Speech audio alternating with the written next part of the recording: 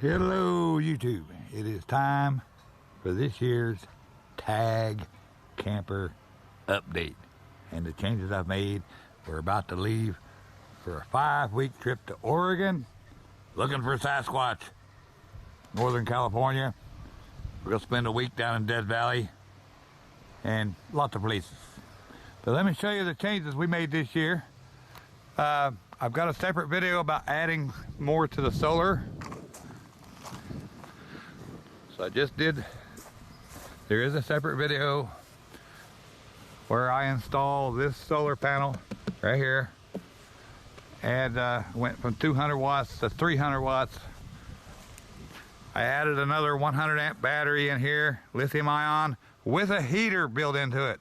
So when it gets cold, if it gets 0 degrees, the heater inside the battery kicks on, keeps that battery warm, so it's ready to go in the morning. Because lithium ion batteries tend to die when it's cold. I replaced my inverter with one twice the size. This is 2,000 watts. Can run everything in the trailer, pretty much. And let's move on back here. Now, I did, after installing this, you'll see the video where I installed that, I didn't like this little empty spot. So I got on Amazon and looked, and Renogy makes a 50 watt panel that was the perfect size for that spot. So I went from 200 to 300, now I've got 350. And to give you the real simple installation, you glue the thing on, male, female, can't get it wrong. Male, female, you can't get it wrong. You come down here to a Y, where you put this panel and that panel together in a Y, and then you do a second Y over there where you do two halves that run to the controller, which runs to the battery. That's the very, very simple version of solar installation. Now let me show you what else we did. Since we're going to be in Oregon, it's going to be cold. It's going to be real cold. So I decided, instead of the screen house that we normally put on the back here, the big bubble, we're going to take that with us for later when we're in Death Valley.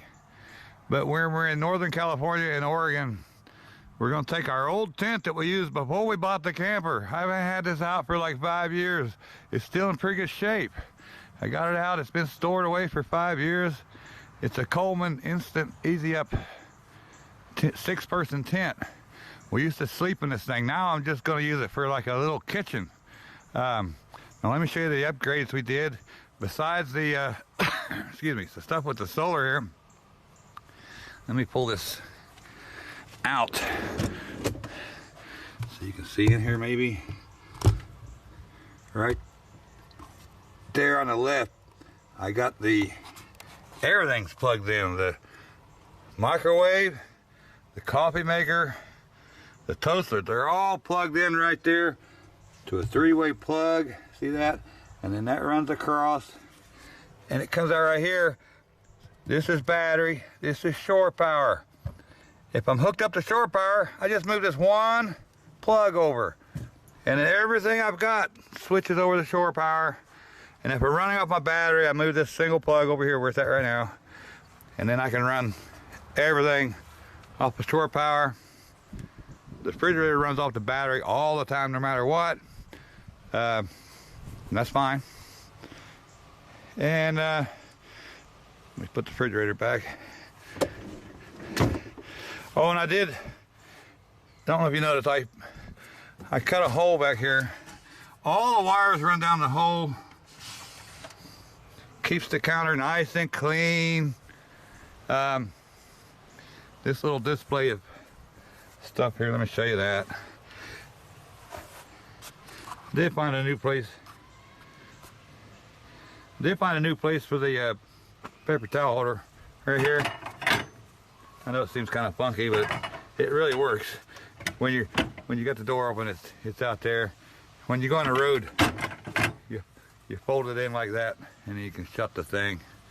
I think it works great. It's a perfect spot for me. But in here, I got in another video where I redid the water, and it just uses this tiny little pump down here. It works just as good. And this way I got more storage, more space. It goes all the way back, all the way back. It goes, look how big this is. See this? How big this is? This whole thing slide in there. Now I got all my paper plates, all my different size paper plates all stacked up down there. I haven't decided even what to do with this yet. I know you're gonna say silverware, put silverware in it, but I've got the silverware stitching. This is silverware right here. See, I found these on Amazon. I got 4 of these. So when we go to eat, you just grab one of these. Go sit down with it. And this is it up here. It's nice stainless steel stuff. Comes with its own pack. It's got a little bitty bottle brush so you can clean your straws. But anyway, it's got a set of chopsticks, stainless steel chopsticks. It's got a straight straw with a rubber mouthpiece, a bent straw with a rubber mouthpiece, a brush to clean your straws with. It's got a spoon, a fork, and a knife. And it all fits into this thing here. So you just grab one of these, go sit down, you got everything you need. Thought it was kind of nice. So I bought 4 of them. That way, you know, even if we didn't clean them last night, we got clean ones for today. I'll do, you know, clean them every other day, something like that. Anyway, so I haven't decided what to do with this yet. I might put some spices in it. I don't know yet. I haven't decided. Got my pans. See, all my pans go up here, my bowls. And big thing of sanitizer because of COVID. My zero water. As we go to all the campgrounds this year, it's going to be something different. I'm going to test the water at each campground, see what kind of water everybody has, and actually test it. But anyway, doing this here, oh, and I found this stainless steel thing on Amazon. It's a pan, turn it upside down. I put a little rubber gasket glued to it so it sits here real nice. See, it doesn't move at all. Gives me some more counter space, covers up the burners. Set my coffee cup up here, get my K-cups go in this cat here. Oops, got stuff in it from last year. New coffee maker I got, I kind of like. And seems like I got more counter space. This is for the inverter. See if you turn this. There goes the microwave on. So the inverter's on, everything's running. I can make toast, I can make coffee, I can run the microwave. The refrigerator works all the time, no matter what. I have learned, though, if you're not using it, to turn this inverter off. It does use some power. Even when they're not, the inverter itself, it's so big, it has some fans in it. It does use some power. Now let me show you the new kitchen here that we're gonna use with this trip. I took the old tent that we used to sleep in and turned it into a kitchen because it's gonna be cold in Oregon. So in the morning I can get in here, I can close all these windows up, and I got a nice heater right here. Look at that. This is a Mr. Heater, and this is not cheap. This is steel. This thing, if you look at the reviews on this thing, everybody loves it. Garages, a lot of garages have this thing. It can be dented and beaten, pounded and everything else. And the tank fits inside the thing. And then I added this, when it's running, these things just spin. Heat, when it hits this metal, makes electricity and makes these fans spin and blows the heat kind of this way so it ain't just rising. So anyway, I'm gonna heat this little tent here in the mornings when I'm having my coffee. It's oven, okay? One thing you don't have here in the tag is an oven. So we bought this Camp Chef professional outdoor oven. And I bought this fake log here to hide the tank that's under it, okay? And I don't have it hooked up right now, I'm just showing it. I got some special pans I ordered for bacon that'll fit this oven. This oven will go up to 450 degrees. It does have a thermostat, it's automatic. You don't have to really monitor it. The top burners on it. These are 12,000 BTU burners compared to the 5 you get with the tag. 5,000 BTU burners. They're kind of small. People have used these, I've learned that. These are full-size burners. 12,000 BTU. And Now there's a cheaper Kent chef that has, I think, 8,000 BTU and a 12, something like that. This one has 2 12s, so it's nice. And then the oven, it's got 2 shells.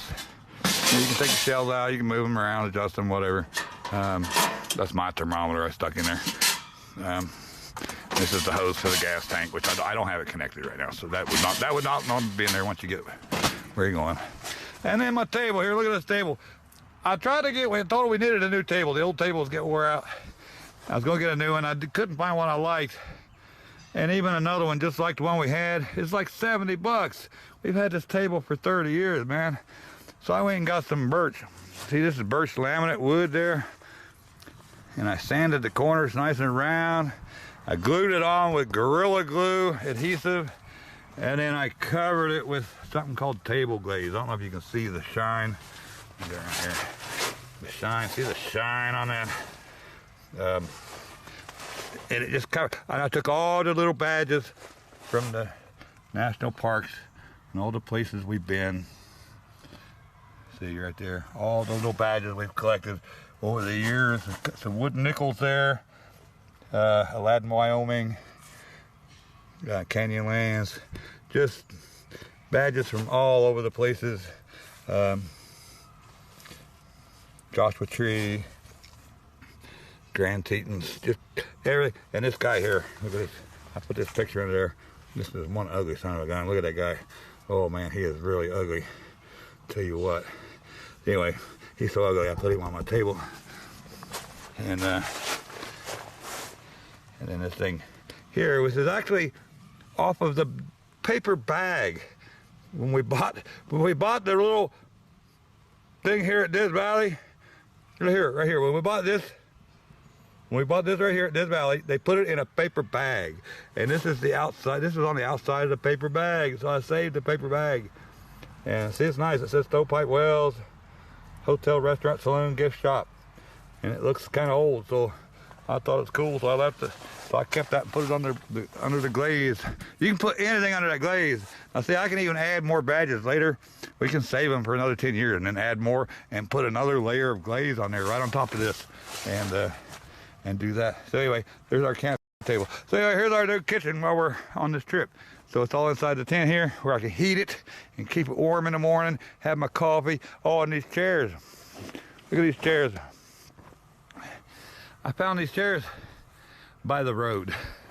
Somebody was throwing them away. Somebody was throwing these things. Oops, get it over here. Get it over here in the sun. Look at this. Somebody was throwing these things away. They were out by the road, and I stopped and I thought, well, them some nice chairs. So I sanded them, painted them, put primer on them, you know. It's got a layer of primer, got a layer of the blue, which I thought looked antique. I wanted to pick an antique retro collar, so that's what I was going for, retro look to match the retro camper. Okay, so I painted them blue. I ordered these cushions off of Amazon. It's a perfect fit for them. It does cover up the roses though. That I even painted the roses on them red. But anyway, they're nice chairs, and there were some little side tables with them. See, there's one there. And then there's another one in there. And this chair will fit inside the tent, plenty of room where you can stay by the heater. We'll close all the windows up in the morning, stay warm. And try to think of anything else we did here in the kitchen. I think that's about it there. Let's go to the inside. I didn't do a whole lot on the inside. Put a 3-inch mattress topper. Let me pull this up here so you can see it. A 3-inch memory foam mattress topper. I bought it at Costco. It was 150 bucks. The mattress was not that bad before, but it makes it even more comfortable. Even more comfortable now. That's almost double the mattress now. So, and the top part is really, really soft. You just sink down into it. And other than that, I didn't do much on the inside. Other than I got the real wood, you know, I like the real wood. We love the real wood in here. It's nice. And that's about it. Oh, and the tires. Mentioned the tires. I did a little video here on the tires.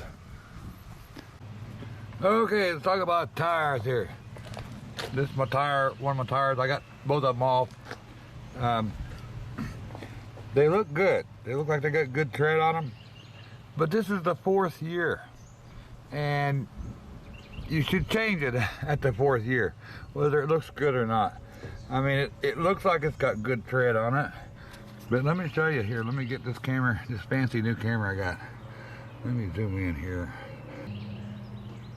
There you go. Now, can you see the cracks that you can't see with the human eye?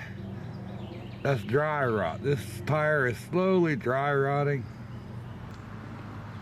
And this is a shot in between on the new tire to show you it's not full of cracks. It's nice smooth rubber. And that's how it should look. And you know, and then I said the tread looks good on it, but then when you compare the tread to a new tire, it's like twice as deep. It looks good, but when you hold it up next to a new tire, the new tire has tread that's almost twice as deep. But it's the dry rot you don't want to blow out. So after 4 years, change your tires. It'll save you some problems while you're on a trip. Well, one other thing I want to mention, the tires that came on the tab, they're 6-ply, they're speed rated at 70 mile an hour. And I know there's times that I'm going faster than 70 mile an hour pulling that camper. Because that truck pulls the camper like it's not even there. The new tires are 8-ply. They're rated for 85 mile an hour. And I forget what I was going to say. Oh, the load rating. The load rating on the ones that came with the tab is 1,400 pounds. So if you overpack your trailer, you could actually exceed the load rating on this tire that came with the tab, or tag, I mean. The new tire, 8-ply, can go to a higher speed and can take a load of 1,600 pounds. So you'd have to put like 600 pounds worth of crap in your trailer to exceed the weight on this. So anyway, after 4 years, change your tires. Preferably go with something a little better than what you had. And that's it. I did want to mention the smaller solar panel. I had a little bit of trouble holding it down. It didn't want to stay bent with. The other ones kind of stayed down by their own weight. I think because this was smaller, it wanted to stick up on the corners, and I couldn't. The adhesive, the Gorilla adhesive I was using, it wasn't working. It was coming loose, and so I went and bought some Gorilla resin. You have to mix the two parts together. Said it was 4,500 pounds per square inch. Put that under the corners and along the whole bottom and along the whole top, and that did the trick. It went solid in just 6-7 minutes, and it was on. And then I went back over top of it with Gorilla adhesive. That's what this is. This is Gorilla. I went over top of the resin with adhesive, and it kind of dripped. You know, it's a little messy. I need to wash it off. It's got North Carolina pollen all over it. And that's about it. The carbon fiber's holding up good. I had to put a little patch on it. I realized it has kind of faded some. See the difference?